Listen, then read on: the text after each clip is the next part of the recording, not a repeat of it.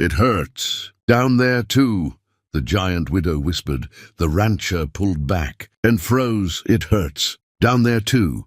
The words tore from Vera Holbrook's throat in a desperate whisper, and the moment they hit the air, her husband of 14 days, this gentle rancher who'd been touching her so carefully, so tenderly, pulled back from her body like she'd just stabbed him, and froze. Jonas Mackenzie stood there in the lamplight of their Montana bedroom, his hands hovering in midair where they'd just been caressing his giant widow wife, his face draining of all color as the full weight of her confession crashed over him. Vera was 5'11", of farm-hardened muscle and survival instinct, a widow who'd buried her first husband 18 months ago and married this stranger 2 weeks later out of pure desperation. But right now, she felt like a terrified child waiting for punishment. "It hurts down there," she said again, her voice breaking into pieces. "It always hurts. It's hurt for 5 years. Ever since Samuel, ever since my first husband." She couldn't finish, couldn't force out the words that would confirm what Jonas was already figuring out, what his frozen, horror-stricken face said he was beginning to understand. This giant widow had just confessed that her body was broken, that the most basic act of marriage caused her physical agony, that she'd been hiding this devastating secret because she was so desperate for security she'd been willing to suffer through it again. The rancher pulled back further, actually stumbling away from the bed, and Vera watched her new husband press his back against the wall like he was trying to escape from her, from what she'd just revealed, from the shattered remains of whatever wedding night fantasy he'd been harboring. His chest heaved with ragged breaths. His hands shook so violently he had to clench them into fists. And the look on his face, God, the look on his face was pure devastation mixed with something that looked almost like terror. "Who hurt you?" Jonas's voice came out strangled, barely human. "Who did this to you?" "My husband, Samuel." Vera forced the words out, even as shame burned through her like acid. "For 5 years he didn't care if I was ready, didn't care if I said it hurt. He said it was my duty as a wife to endure, that I was being dramatic, that all women felt pain, and I just needed to be tougher." Her whole body trembled. "And I tried, Jonas. I tried to be tougher. I tried to stop feeling it. But something broke. Something inside me broke, and it never healed, and now it hurts down there every single time someone tries to—" A sound ripped from Jonas's throat, half sob, half roar of rage. He slid down the wall until he was sitting on the floor, his head in his hands, his shoulders shaking with violent emotion. "Jonas?" Vera scrambled off the bed, fear clawing at her throat. "I'm sorry. I should have told you before we married. I know I'm damaged goods. I know you'll want an annulment now. I understand if you—" "Stop."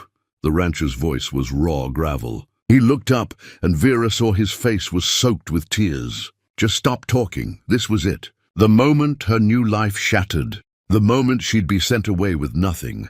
But then Jonas Mackenzie spoke again, and the words that came out of his mouth made Vera's entire world tilt sideways. "My mother," he whispered, his voice breaking on every syllable. "My mother died when I was 12 years old. Internal bleeding. The doctor said it was from my father, from him being too rough with her, from forcing her when she said no, from hurting her over and over and over until something inside her ruptured." Tears streamed down his face. "I found her, Vera. I came home from school and found her lying in a pool of blood in their bedroom. She died in my arms. She looked at me and whispered, 'I'm sorry,' like it was her fault he'd killed her. And then she was gone." Vera's hand flew to her mouth, horror and understanding crashing over her in waves. "I was 12 years old, and I held my mother's body while she bled to death because my father couldn't control himself, because he treated her like property, because he hurt her so many times that her body just—" Jonas couldn't finish. He buried his face in his hands and sobbed, deep, wrenching sounds of a boy who'd never fully grieved, a man who'd carried this trauma his entire life. The giant widow dropped to her knees beside the rancher. This broken man who'd just revealed why he'd been so careful with her, why he'd waited 2 full weeks before even attempting intimacy. Why he'd asked permission for every single touch tonight. He wasn't just being polite. He was terrified of becoming his father, terrified of hurting her the way his father had hurt his mother. "You pulled back," Vera whispered, understanding flooding through her. "The moment I said it hurt, you pulled back. You froze because you were afraid I was afraid I'd kill you." Jonas looked at her with red-rimmed eyes full of anguish. "Vera, when you said it hurt down there too, when I realized I might be causing you the same kind of pain that killed my mother." His voice shattered completely. "I swore when I buried her that I would never hurt a woman, never force anything, never be like him. And now you're telling me your first husband did to you exactly what my father did to my mother. That you're in pain, that you've been in pain for years. That I almost—" "You didn't," Vera said fiercely, grabbing his face in her hands. "Jonas, you stopped the second I told you. You pulled back. You froze. That's the opposite of what Samuel did. That's the opposite of what your father did. But you're hurt. You're damaged. And I brought you into my bed without knowing. I should have told you." Tears poured down Vera's face now. "I should have been honest. But I was so desperate for security, so afraid you'd reject me if you knew I was broken, that I thought I could just endure it. Push through the pain like I did for 5 years. Pretend everything was fine." They knelt there on the floor, two broken people staring at each other, and the air between them felt charged with something profound. 2 weeks ago, Vera had stepped off the stagecoach in Clearwater with nothing but a carpet bag and Samuel's life insurance money. $300 that his brother was already trying to claim through the courts. Jonas's advertisement had been stark. Widower, 35, needs wife for companionship and partnership. Ranch work required. No romantic expectations. Fair treatment guaranteed. She'd written back immediately. Widow, 29, strong, practical, can work. Need security. Will arrive within the week.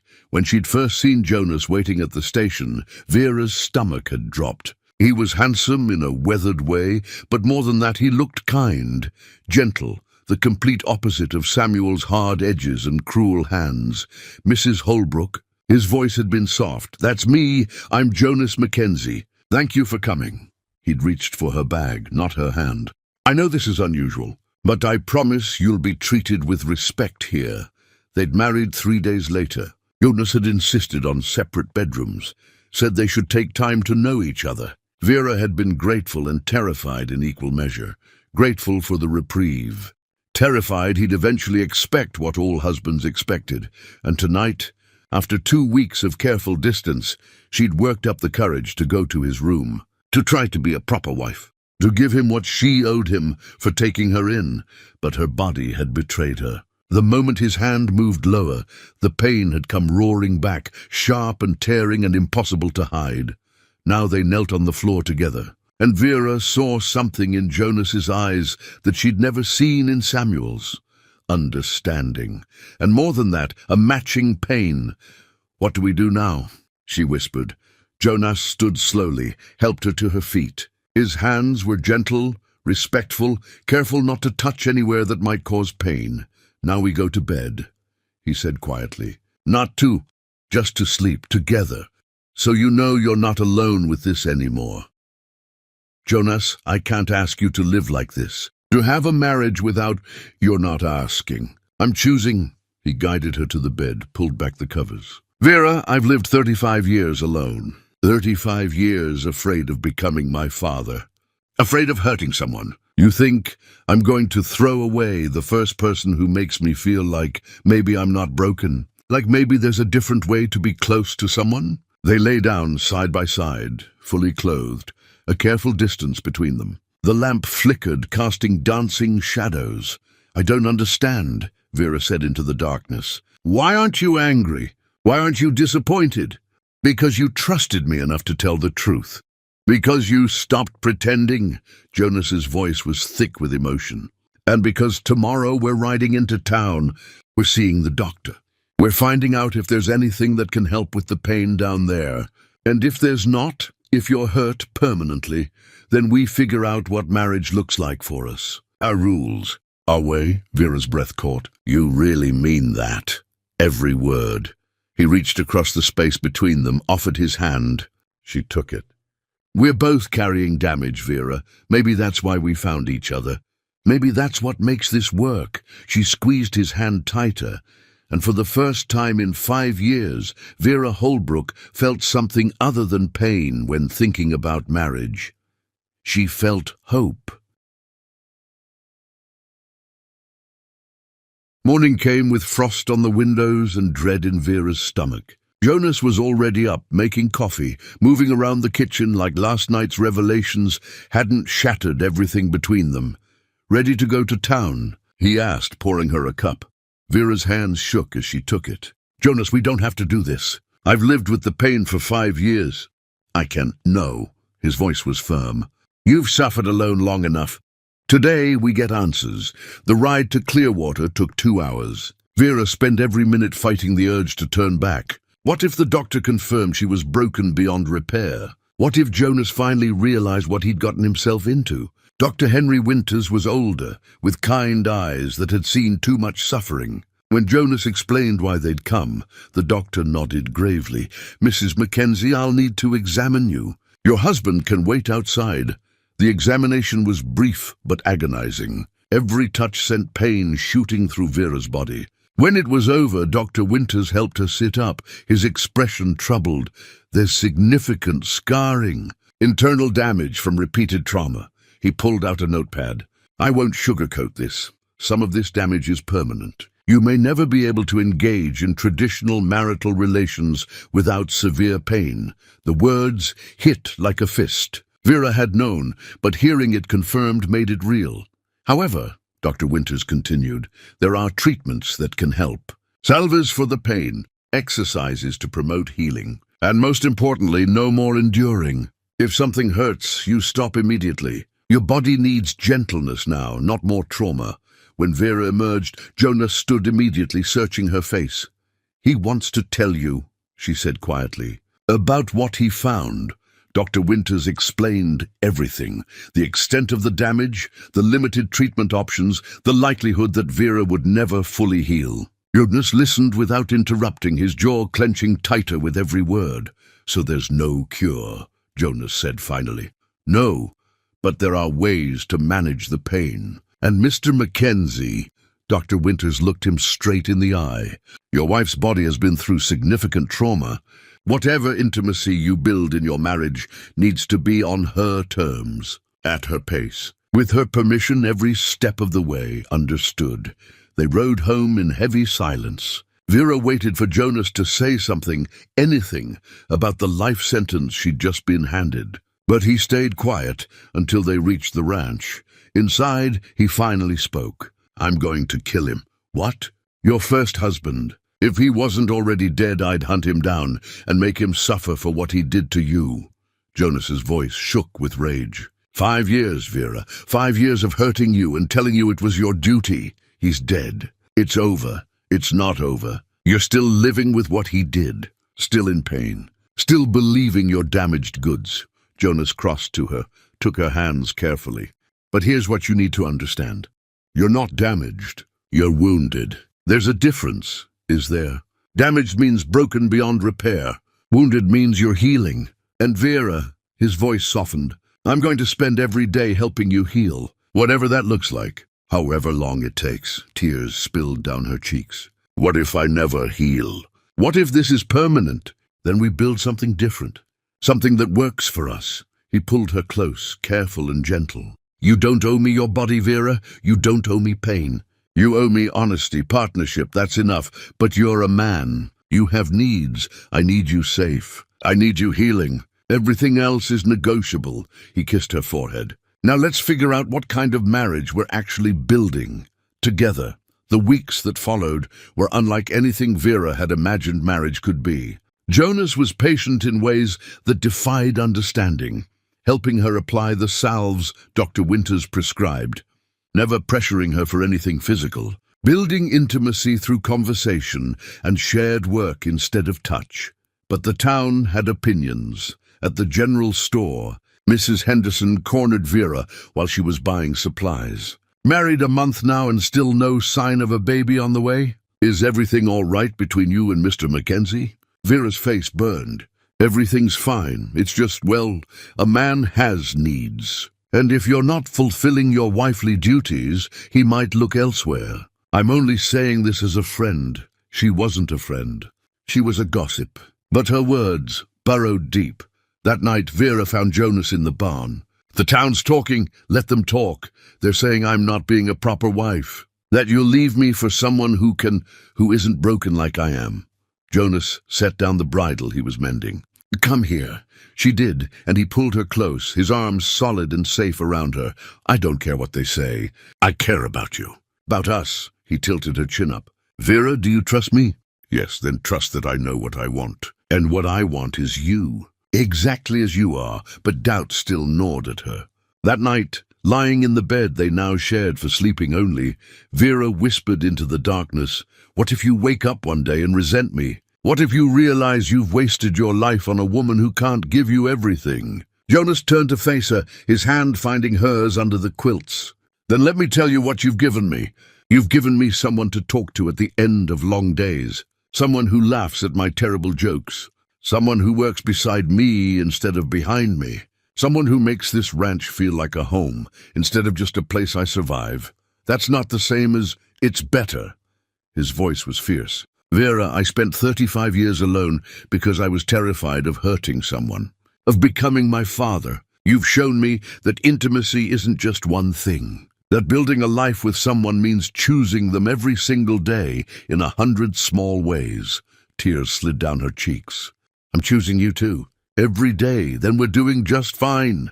He kissed her then, soft and sweet and full of promise. And when they broke apart, Vera felt something shift. Maybe they were building something new, something that didn't fit into anyone else's definition of marriage, but was entirely theirs. 2 months after their wedding, Vera woke to Jonas already dressed, pacing the bedroom.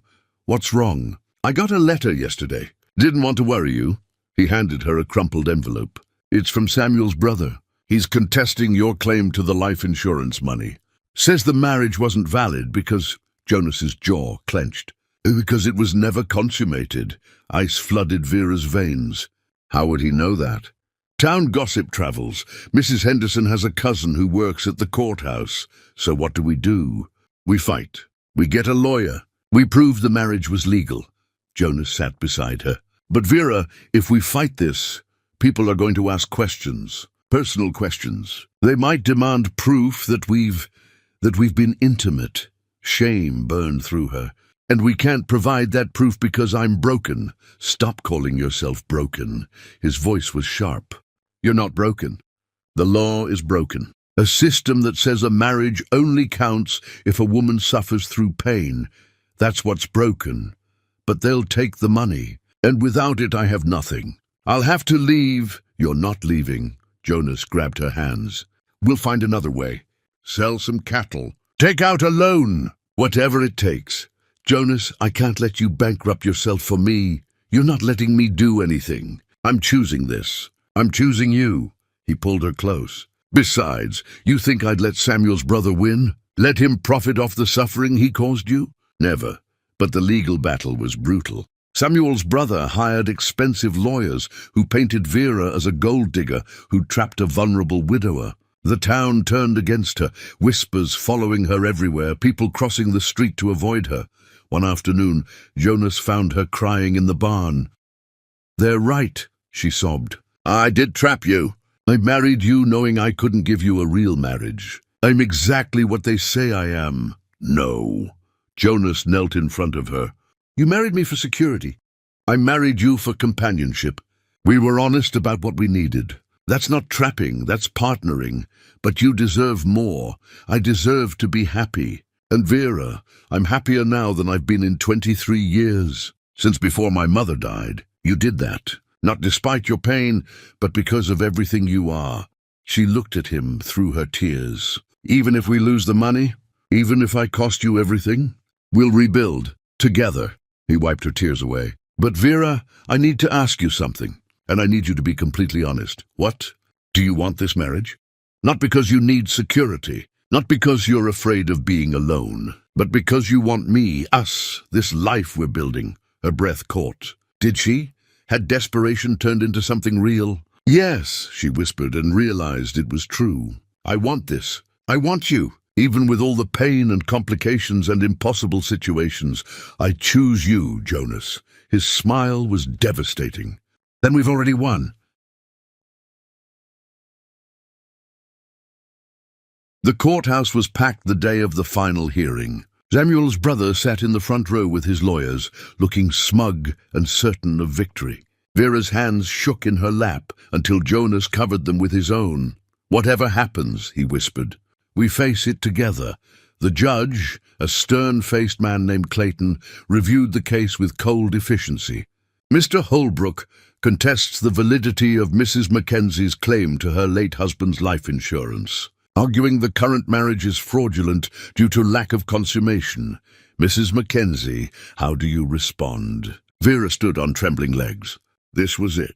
The moment she'd have to expose her deepest shame to a room full of strangers. Your Honor, my marriage to Jonas Mackenzie is real, legal, and valid in every way that matters. But not consummated. Heat flooded her face. It's private, it's relevant. A marriage must be consummated to prevent fraud. Jonas stood abruptly. Then let me be clear, Your Honor. My wife and I have an intimate relationship. It may not look like what you consider traditional, but it's ours. And it's real. Mr. Mackenzie, the law is wrong. Jonas's voice rang through the courtroom. My wife was brutalized by her first husband for 5 years. He hurt her so badly she still suffers physical pain. And now you're telling me that unless she endures that pain again, unless I hurt her the way he did, our marriage doesn't count. Gasps rippled through the crowd. Samuel's brother shot to his feet. This is absurd. She's clearly manipulating. Sit down, Judge Clayton snapped. He studied Jonas carefully. Mr. Mackenzie, are you saying your wife has a medical condition that prevents traditional marital relations? I'm saying my wife is a survivor, and our marriage is built on trust and partnership, not on her suffering. The judge was quiet for a long moment. Then, Dr. Winters, you're present? The doctor stood from the back. I am, Your Honor. Can you confirm Mrs. Mackenzie's condition? I can. She has significant internal scarring and chronic pain from years of trauma. Traditional intimacy would cause her severe suffering. And yet Mr. Mackenzie married her knowing this. I married her, Jonas said firmly, because she's the bravest person I've ever met. Because she survived hell and kept going. Because she makes me want to be better. And if the law says that's not enough, if the law says she has to suffer to prove our marriage is real, then the law is barbaric. The courtroom erupted. Judge Clayton banged his gavel for silence. This court recognizes that marriage takes many forms. Mr. and Mrs. Mackenzie have demonstrated commitment, partnership, and genuine care for each other's well-being. That is sufficient. He fixed Samuel's brother with a hard stare. Your claim is denied. The life insurance money belongs to Mrs. Mackenzie. This court is adjourned. They won. Vera couldn't believe it. They'd actually won. Outside the courthouse, Jonas swept her into his arms, spinning her around. We did it. You did it. Jonas, the things you said were true. Every word. He set her down, cupped her face. I love you, Vera Mackenzie. Not despite your pain, not in spite of your past, but because of everything you are. Everything you've survived. Everything you've taught me about what love actually means. I love you too. The words felt like freedom. I think I have for weeks now. I was just too afraid to say it. Then say it now. As many times as you want, I love you. I love you. I love you. He kissed her right there on the courthouse steps. And Vera felt something break open inside her. Not pain this time, but joy. That night back at their ranch, they lay in bed together, as they had for months. But something felt different. Lighter, Jonas. Vera turned to face him. Can I try something? Anything. Dr. Winters said there might be ways, positions, techniques that cause less pain. I'd like to try with you, if you're willing. His eyes widened. Vera, you don't have to. I know I don't have to. I want to. She took his hand, placed it on her heart. I want to be close to you, in every way I can. Even if it takes time, even if we have to figure it out slowly, then we take it slow. He kissed her softly. We go at your pace. We stop whenever you need to. And if it hurts too much, then we try something else. Like we always do. They spent that night exploring new ways to be intimate, gentle, patient, focused entirely on her comfort. There were moments of pain, yes, but also moments of pleasure Vera had never imagined possible. And when she cried, they were tears of release, not suffering. Afterward, wrapped in Jonas's arms, Vera felt something she'd never experienced in 5 years of marriage to Samuel. She felt whole. "Thank you," she whispered against his chest. "For what?" "For pulling back that first night. For freezing instead of pushing through. For showing me that someone could care more about my pain than their own pleasure. Vera, that's not something to thank me for. That's just being human." "No." She looked up at him. "That's being you. Jonas Mackenzie, the man who saw a broken widow and chose to help her heal instead of use her, who built a marriage on trust instead of obligation, who proved that intimacy is about so much more than just one thing," he finished. "We proved that together. They fell asleep like that. Two wounded people who'd found each other and built something beautiful from their shared pain."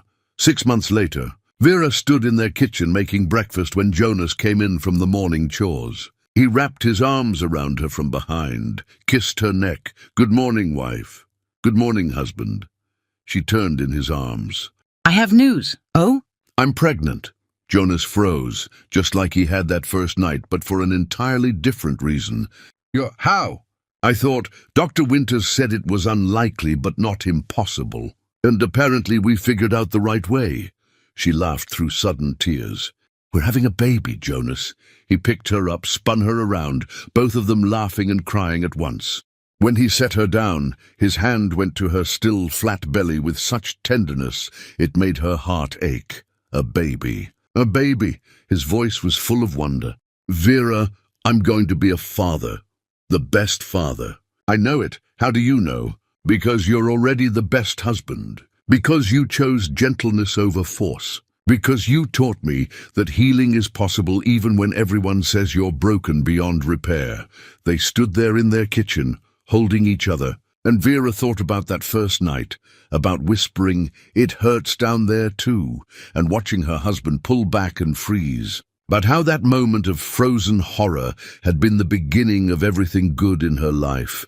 Sometimes pulling back was the bravest thing you could do. Sometimes freezing meant you cared enough to stop and listen. And sometimes the marriages that looked the least traditional from the outside were the most real on the inside. She'd come to Montana desperate and damaged, but she'd found a man who saw her wounds and chose to help her heal, who built a marriage on trust instead of obligation, who proved every single day that love wasn't about possession or performance, it was about choosing each other. Again and again, in 100 small ways. The end. We want to hear from you. Tell us in the comments where you're watching from. USA, UK, Canada, somewhere else? And hit that notification bell so you never miss our next story. What touched you most about Vera and Jonas's journey? Was it his reaction when she confessed her pain? Their redefinition of intimacy? Their victory in court? Let us know below.